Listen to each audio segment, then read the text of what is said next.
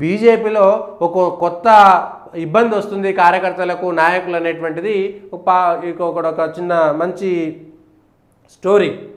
BJP నాయకులకు సరికొత్త భయం. రాష్ట్ర నాయకులను కలిసేందుకు భయం, ఒకరి మనిషిగా ముద్రపడకుండా జాగ్రత్తలు. ఎవరిని కలిసినా ఇబ్బంది అనే ఫీలింగు. కలిసినా చెప్పుకునేందుకు వెనకడుగు. స్థానిక సంస్థలు టికెట్ ఇస్తారో లేదో అనేటువంటిది భయం ఉంది. తెలంగాణలో బీజేపీ ఫేస్గా చెప్పుకునే కీలక నేతలంతా ఎంపీలుగా గెలిచారు. 8 మందిలో 2కి కేంద్ర మంత్రుల పార్టీ ఛాన్స్ కూడా వచ్చింది. వీటితో పాటు రాజ్యసభ సభ్యుడు లక్ష్మణ్ జాతీయ నేతగా ఉన్నప్పటికీ తెలంగాణలో బీజేపీలో కీలకంగా ఉన్నారు. ప్రజాప్రతినిధుల సంఖ్య భారీగా పెంచుకున్న బీజేపీ అసలు సమస్య ఇక్కడే మొదలైంది. ప్రజాప్రతినిధులు పెరగడంతో పాటు పవర్ సెంటర్స్ కూడా ఎక్కువయ్యాయి. దీంతో నాయకులు కేంద్ర మంత్రిగా బీజేపీ రాష్ట్ర అధ్యక్షుడిగా కిషన్ రెడ్డి కొనసాగుతున్నారు. బండి సంజయ్ కేంద్ర మంత్రిగా, ఈటల రాజేందర్, ధర్మపురి అరవింద్, రఘునందన్ రావు కూడా వారు పార్టీలో పవర్ సెంటర్స్గానే చెప్పుకోవచ్చు. అయితే గెలిచిన ఎంపీలను అభినందించడానికి, సన్మానించడానికి వెళ్ళిన నేతలు ఫోటోలు తీసుకొని సోషల్ మీడియాలో పోస్ట్ చేయడానికి భయపడుతున్నట్లు సమాచారం. ఒకరి మనిషిగా ముద్ర పడితే పొలిటికల్ కెరీర్కు ఇబ్బందిగా మారే ప్రమాదం ఉందని నాయకులు జంకుతున్నారు. ఫలానా వర్గానికి చెందిన మనిషి అంటే రాబోయే స్థానిక సంస్థల ఎన్నికల్లో టికెట్ దక్కదేమోనని భయం నాయకులను వెంటాడుతుంది. అందుకు గెలిచిన వారితో చాటుమాటుగా కలిసి భక్తిని చాటుకునే ప్రయత్నం చేస్తున్నారనేటువంటిది వచ్చినటువంటి మాట. బీజేపీలో ఈ కొత్త సంప్రదాయం ఏమైనా వచ్చిందా పార్టీ నాయకులు చెప్పాలి. కానీ ఒకరి దగ్గరికి పోతే పార్టీ నాయకులు అందరూ కూడా పార్టీలో ఉంటారు. కానీ పార్టీ అధ్యక్షుడి దగ్గరికి పోతే కూడా, అంటే ఆ పార్టీకి రాష్ట్ర అధ్యక్షుడి దగ్గరికి పోతే కూడా మిగిలిన నాయకులు నువ్వు అధ్యక్షుడి దగ్గర పోయినావు కాబట్టి నువ్వు ఆయన మనిషివి, నువ్వు ఆయన వర్గానికి సంబంధించి, నువ్వు మా వర్గానికి కాదని దూరం పెడతారేమో అనేటువంటి భయంతో ఆ పార్టీ నాయకులు, కార్యకర్తలు ఎవరైనా కలవాలంటే కూడా కలవలేనటువంటి పరిస్థితి. ఏకంగా రాష్ట్ర అధ్యక్షుని కలిస్తే కూడా నువ్వు ఆయన మనిషివి, నువ్వు ఈయన మనిషివి అనేటువంటి మాట వస్తుంది ఈ భారతీయ జనతా పార్టీలో. ఇది ఒక కొత్త సాంప్రదాయం పార్టీలో వచ్చింది.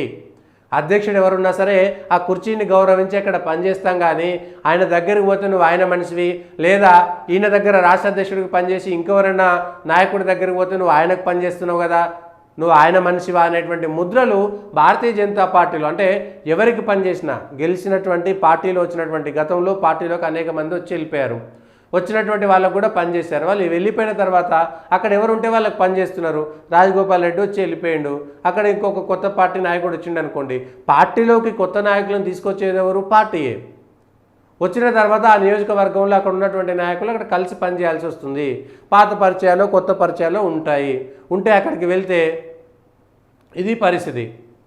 ఎవరి వర్గం అనేటువంటిది తేలకుండా ఉంది. ఈ వర్గాలు అనేటువంటి కొత్తగా భారతీయ జనతా పార్టీలో వచ్చినాయి.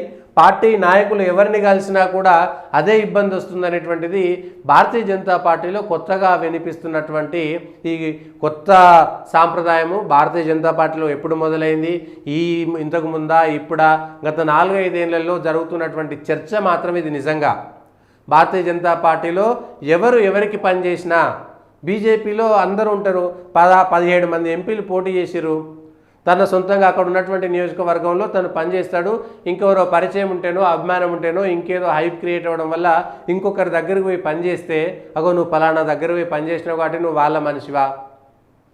లేదు, నువ్వు అప్పుడప్పుడు కనబడలే కాబట్టి నువ్వు నా మనిషివి కాదా?